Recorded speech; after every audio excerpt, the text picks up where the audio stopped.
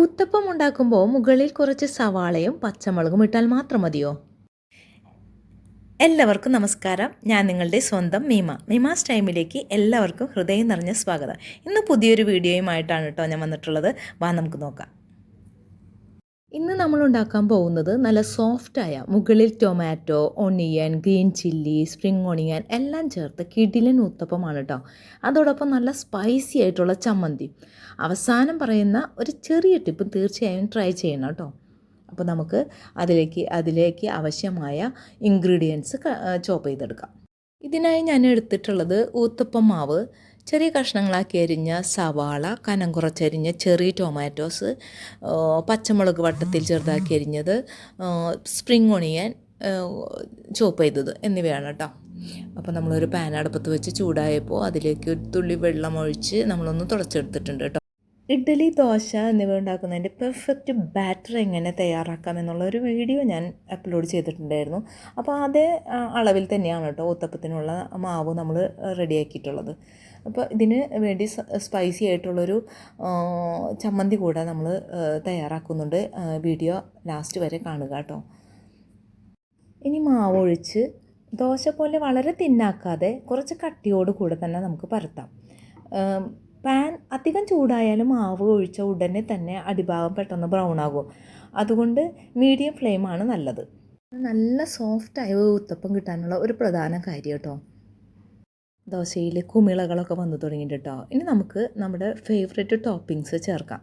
ആദ്യം നമ്മൾ കുറച്ച് സ്പ്രിംഗ് ഓണിയനാണ് കേട്ടോ ഒന്ന് വിതറി കൊടുക്കുന്നത്. പിന്നെ നമുക്ക് കുറച്ച് സവാള വിതറി കൊടുക്കാം.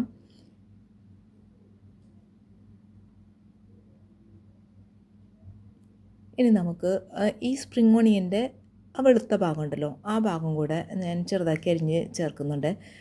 പിന്നെ ചെറുതാക്കി അരിഞ്ഞിട്ടുള്ള പച്ചമുളക് ഇട്ട് കൊടുക്കാം. പിന്നെ നമുക്ക് കനം കുറച്ച് അരിഞ്ഞിട്ടുള്ള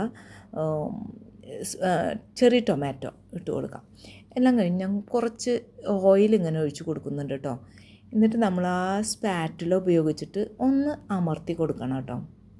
അതിങ്ങനെ നമ്മളൊന്ന് ഫ്ലിപ്പ് ചെയ്തിടുമ്പോൾ ഇതൊക്കെ ചിതറി തെറിച്ച് പോകും. അപ്പോൾ അതിന് വേണ്ടിയിട്ട് നമ്മളൊന്ന് പതുക്കെ നമ്മളൊന്ന് അമർത്തി കൊടുത്ത് 1 മിനിറ്റ് കഴിയുമ്പോൾ നമുക്ക് എടുക്കാം കേട്ടോ. അപ്പോൾ പെർഫെക്റ്റ് ആയിട്ടുള്ളൊരു ഊത്തപ്പം നമ്മുടെ റെഡി ആയിട്ടുണ്ട്.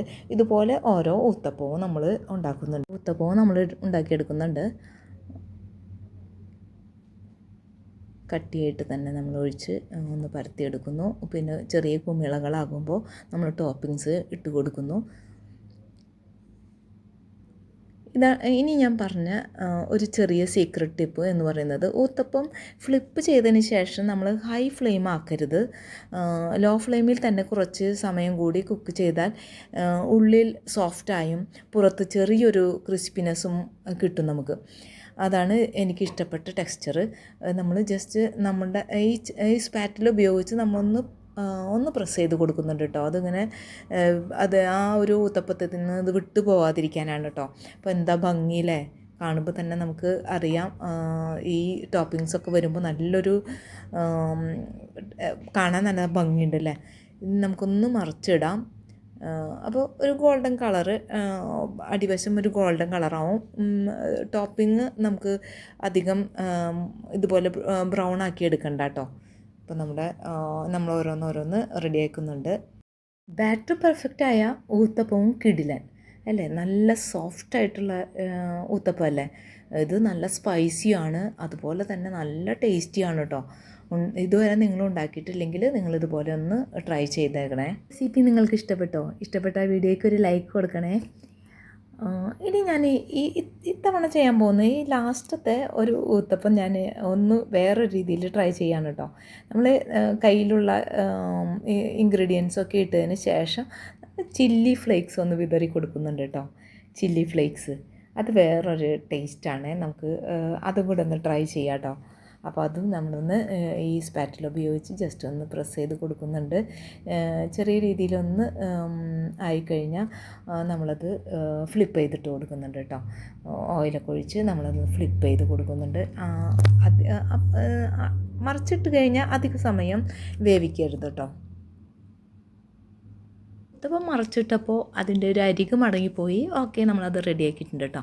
ഇനിയിപ്പോൾ നമ്മളൊരു മിനിറ്റ് നേരം വേവിച്ചതിന് ശേഷം നമ്മളത് പാത്രത്തിലേക്ക് മാറ്റി. അപ്പോൾ നമുക്ക് ചില്ലി ഫ്ലേക്സ് വിതറിയിട്ട് കൊടുത്ത ഊത്തപ്പവും ഇവിടെ റെഡി ആയിട്ടുണ്ട് കേട്ടോ.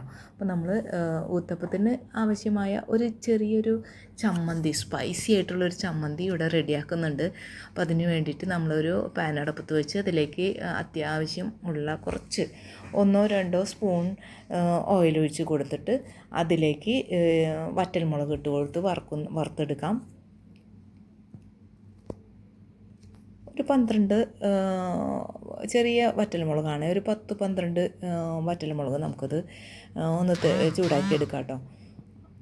ആ ഓയിലിലേക്ക് തന്നെ നമ്മൾ കുറച്ച്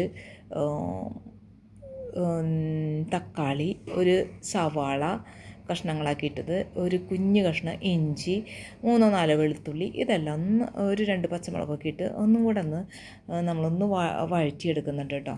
ചെറുതായിട്ട് ഇതൊന്ന് ചൂടാറിക്കഴിഞ്ഞാൽ നമുക്കിതൊന്ന് അരച്ചെടുക്കാം. ഒരു മിക്സിയുടെ ജാറിലേക്ക് മാറ്റിയിട്ട് അതിലേക്ക് കുറച്ച് ഉപ്പും ഒരു 2-3 സ്പൂൺ വെള്ളം ഒഴിച്ചിട്ട് നമുക്കൊന്ന് അരച്ചെടുക്കാം. നിങ്ങൾ ഊത്തപ്പം കഴിക്കുന്നത് ഏത് ചമ്മന്തിയുടെ കൂടെയാണോ? തേങ്ങ ചമ്മന്തിയുടെ കൂടെയാണോ അതോ സ്പൈസി ചമ്മന്തിയുടെ കൂടെയാണോ? കമൻറ്റ് ചെയ്യണേ. അടുത്ത വീഡിയോയിൽ വീണ്ടും ഊത്തപ്പവും സ്പൈസി ചമ്മന്തിയും റെഡി.